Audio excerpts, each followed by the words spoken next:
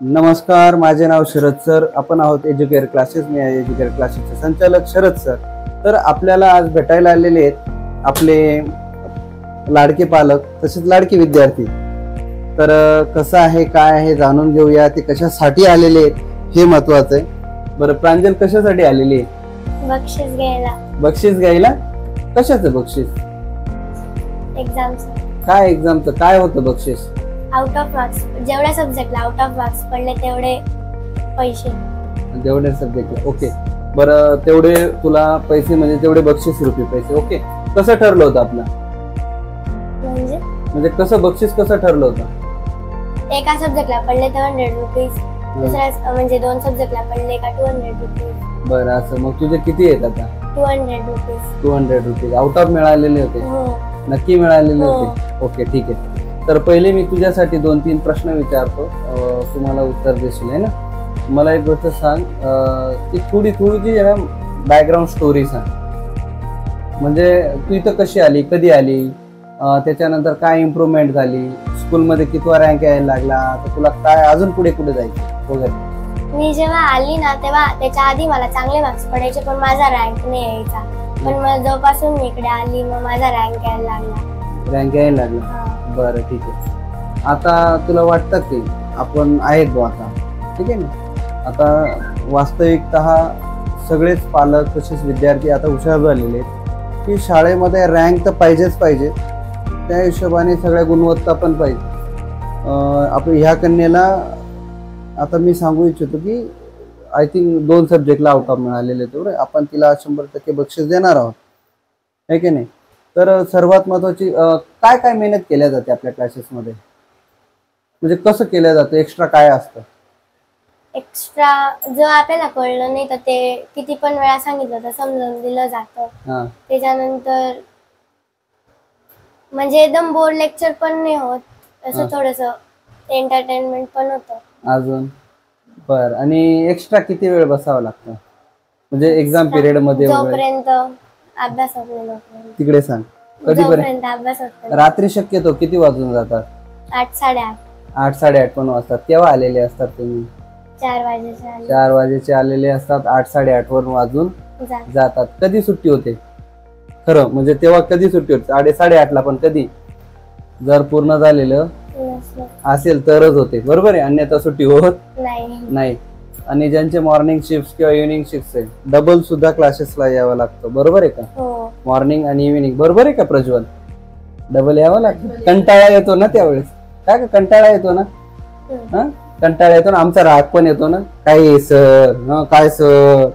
परंतु कसं आहे, सर जरी कसे आहेत किंवा मॅम जरी कशा आहेत किंवा बाकीचे जरी कसे आहेत, स्टाफ जरी कसा आहे, पण हा त्यांच्या फायद्यासाठी असतो. जेणेकरून त्यावर नांगरलं शेतीत आपण जी मेहनत घेतो ती एक वेळेस फळारूपी येते. तसंच अभ्यासामध्ये सुद्धा तसंच होतं, खूप कष्ट करावे लागतात. तेव्हा असे बक्षीस घ्यायला पालक किंवा विद्यार्थी आपल्यापर्यंत येत असतो, आहे का नाही? बरं, ठीक आहे. आता आपण मम्माशी बोलायचं पप्पांशी बोलायचं? दे पप्पा. सर नमस्कार, आपल्या क्लासेस मध्ये आपलं स्वागत आहे. नमस्कार. सर्वात प्रथम मला सांगा सर, ठीक आहे आता तिच्याशी बरेच बात झालेली, तुम्ही मला एक गोष्ट सांगा सर, की काय वाटतं तुमच्या मुलांना इम्प्रूव्हमेंट वाटतंय का नाही वाटतंय?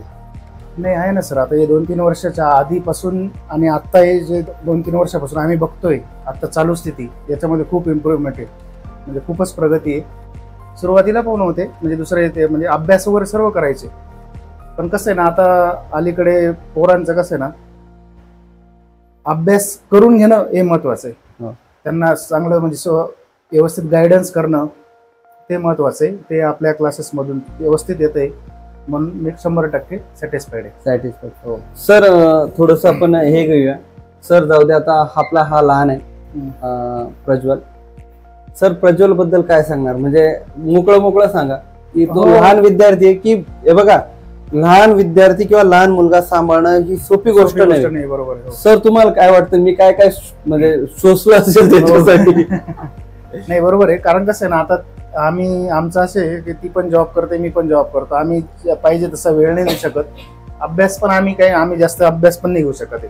कसं आहे, अर्धा-पाऊण तास अभ्यास, कारण कसं आम्ही पण बाहेर असतो, मग आपण बी पोरांवर जास्त प्रेस नाही करू शकत, म्हणून मग म्हणूनच क्लासेस मधून त्यांना योग्य ते मिळून जातात.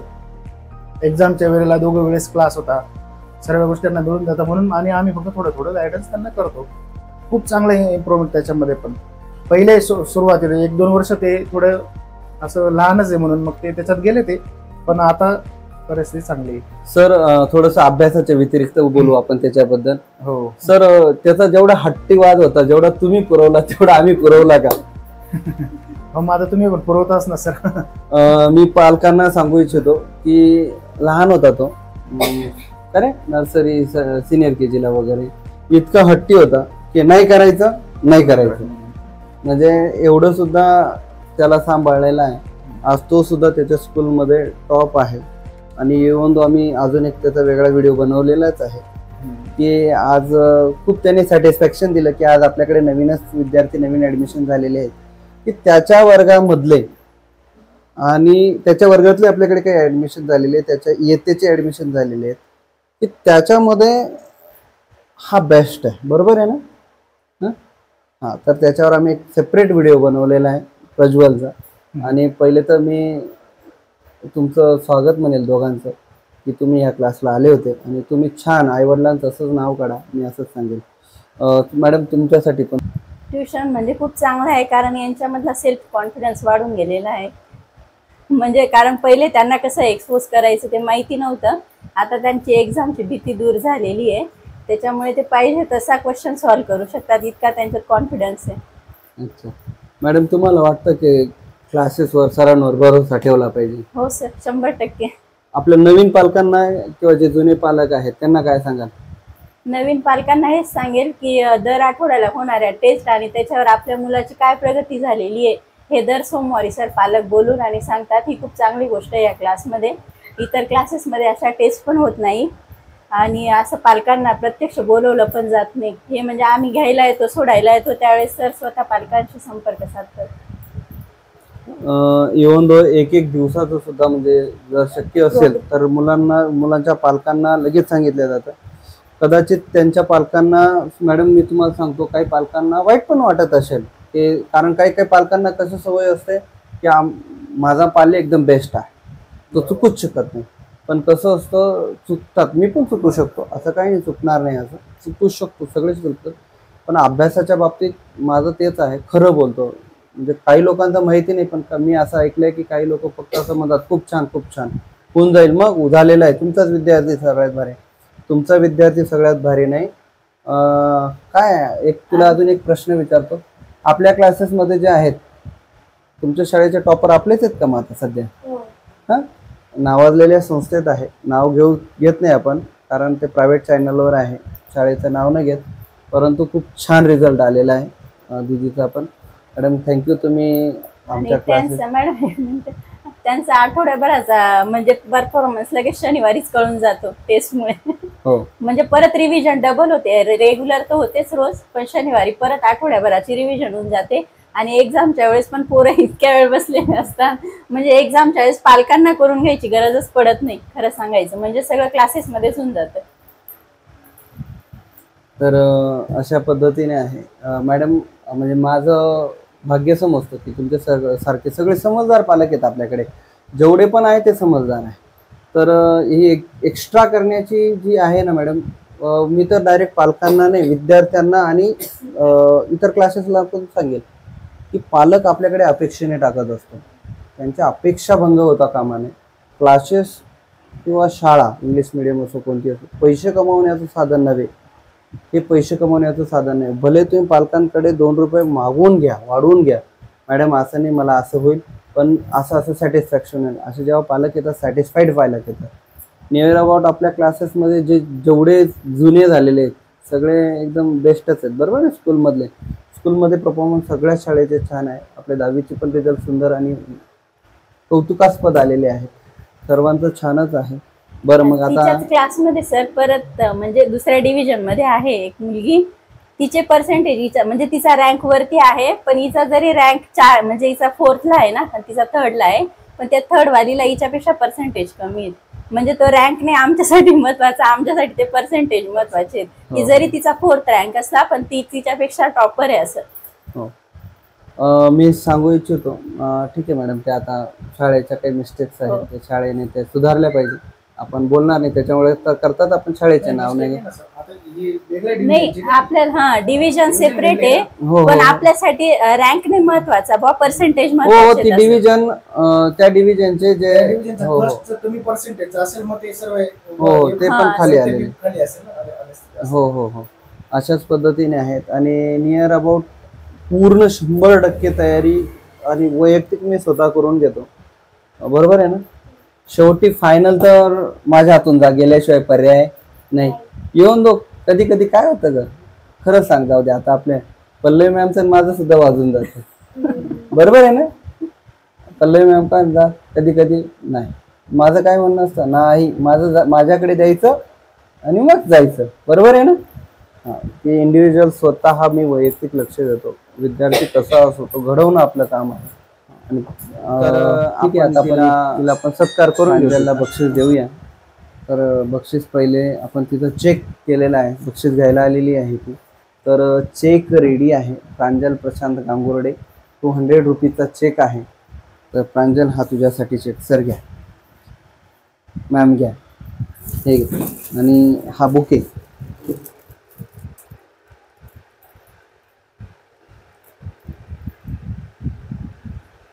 आलंय, बरं ठीक आहे,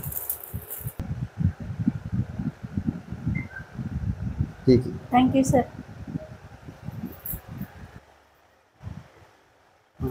हे चेक तुला मग सॅटिस्फाईड आहे का, ते देऊन देता का मला. चेक तुला दिलेला आहे, सॅटिस्फाईड आहे मग तू हो नक्की. हो मग आता तुला काय वाटतं, असं नाही वाटत की 2 सब्जेक्ट्सला मिळाले, अजून जास्त मिळाले पाहिजे. आपल्याला जे 6 सब्जेक्ट आहे, 6 सब्जेक्ट आहे, सायन्सही मिळाले पाहिजे असं वाटतं हो नक्की. ओके सर, मी तुम्हाला सांगू इच्छितो की 200 रुपये मोठी व्हॅल्यू नाही. डझंट मॅटर की 200 इज मोर व्हॅल्युएबल. सगळ्यात महत्त्वाचं असं आहे की त्या मुलांनी स्कूलमध्ये कॉम्पिटिशन केलेले आहे. क्लासेसमध्ये मार्क्स नाही, हे स्कूलच्या मार्क्सवर मिळतात. आणि डझंट मॅटर की ती स्कूलला पण कॉम्पिटिशन करते. कॉम्पिटिशन ही तिला आता पुढे चालून ओव्हरऑल वर्ल्डमध्ये करायची, इंडियामध्ये नाही करायची, पूर्ण जगात करायची आपल्याला, आहे की नाही. ते एक प्रोत्साहनपर बक्षीस आहे, जेणेकरून तू पुन्हा चांगलं चांगलं करत राहू, आहे की नाही. तुला आठवण राहू. तू 200चा कसा विनियोग करायचा, कसा करायचा, तो तुझ्यावर आहे. आमचं काम आहे की तुला बक्षीस देणं, आहे की नाही. बरं ठीक आहे, चालेल, थँक्यू.